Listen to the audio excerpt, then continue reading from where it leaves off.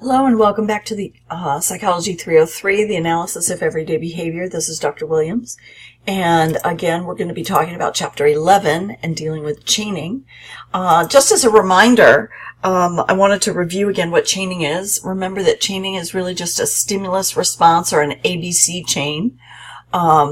It's actually a chain of behaviors comprised of two or more three-term contingency units, ABC units, where the consequence for behavior A1 is the antecedent, A2, for behavior 2. And reinforcement is typically not delivered. The final reinforcement is not delivered until all the links in the chain are complete. Okay, so let's talk about backward chaining. Backward chaining works really well when the steps in the chain are more complex, when the behavior chain itself is complex and it consists of many steps. So it's really good when the steps are harder to remember. And so what happens is because we work backwards, the client gets to the natural reinforcer immediately. So with a peanut butter and jelly sandwich, we would start with the very end of cutting the sandwich in half so you can eat it. And then we would add steps gradually leading up to cutting it in half and eating it. Getting dressed for school, we might start with tying shoes and then putting shoes on after all the other steps have been completed by the parent or the teacher. Really good music teachers know that backward chaining is the way that you teach a good, difficult piece of music. You start out with the very end of the music. So you might teach the last half page of music and allow them to get to the end and the flourish at the end. Ta-da! And then you start adding in bars or measures as you start teaching earlier and earlier parts. But as you're learning new behaviors, you're always arriving at a point where the learner already knows how to get from that point to the end. And so they always arrive at a point where they then know what to do next, and they can go all the way through and get their final reinforcer. Backward chaining also relies on the use of prompting. You still teach just one component of the chain at a time, but you always begin with the very last behavior in the chain, and then you work toward the beginning of the chain. Here it says work forward, but really what you're doing is you're just adding the preceding behavior each time. And the last behavior is always associated with earning reinforcement. So at the very end, we get our reinforcer every single time. So in this case, there might be a 10-step series of ABC units, but we start with A10. And so we provide A10, we provide that antecedent. If they don't use it, we then prompt them, they engage in behavior 10, and they immediately get to consequence 10, which is the natural reinforcer. So at this point, I'd like you to pause the PowerPoint and go to the assignments under the lectures folder in Unit 7 and watch some backward chaining examples in video 11E and 11F, and then come back. Okay, so here's just an example, sort of like the ones that you've seen. The teacher or the parent does everything, does all the steps for the learner until you get to the very last step. So in this case, it might be putting on your pajamas, and the last step is the shirt is on but not buttoned up. And so there's a prompt delay to see if the learner will button up their shirt. If not, you say, use a verbal prompt or a pointing prompt. You say button up, and they engage in buttoning the shirt, and then they get story time. So that's the way you would start that first step. This would only work if the individual already knows how to do buttons. If you don't already know how to do buttons, you have to make sure that every component of every step has already been mastered to some degree. They're able to do that behavior. And so you want to do this after you've trained buttoning up their shirt with other things earlier. And then when you get to this point, you just say button up, and then they button their shirt and they get their story time. All right. The key here to backward chaining is that each new behavior added to the chain is followed by a sequence of behaviors that the learner has already mastered. So from the point of the new behavior, they engage in the new behavior, and everything else from that point forward is something that's familiar and that the learner can complete the entire sequence, there's an L missing, sorry, there we go, all the way to reinforcement. There we go. All the way to reinforcement. And it's basically guaranteed success every time, ending in the natural reinforcer at the end. So here I'd like to have you watch how proficient a couple of children can be. I'd like you to watch this one little girl put on her jammies, and another child put on her coat. Each one has a long chain of behaviors, several ABC units that they have to go through. But each child has clearly learned each step. So again, I'd like you to pause the PowerPoint and go back to the video lecture section and watch videos 11G and 11H. And then come back.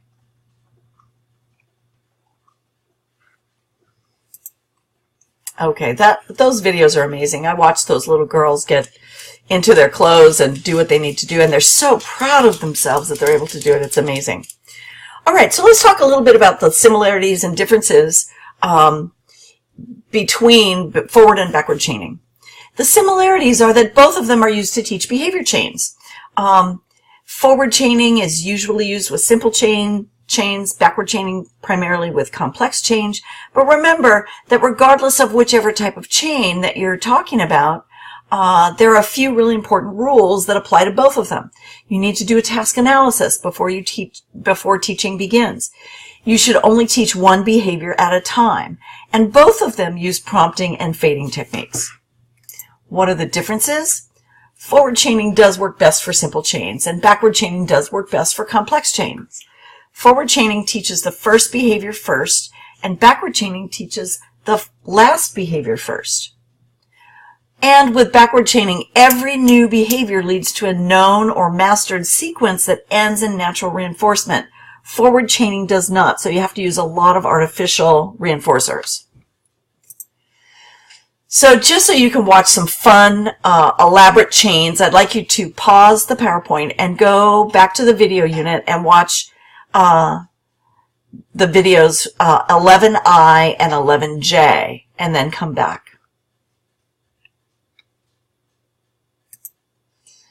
Okay, now there are other methods of chaining. One of the most common is total task chaining. And this is where we teach the entire task all the way through as a single unit. It is a type of forward chaining. We go from the very beginning all the way to the very end every single time. And we're going to use prompted or guided, graduated guidance to help them complete each task. And it's used when it makes sense to do the whole chain every time.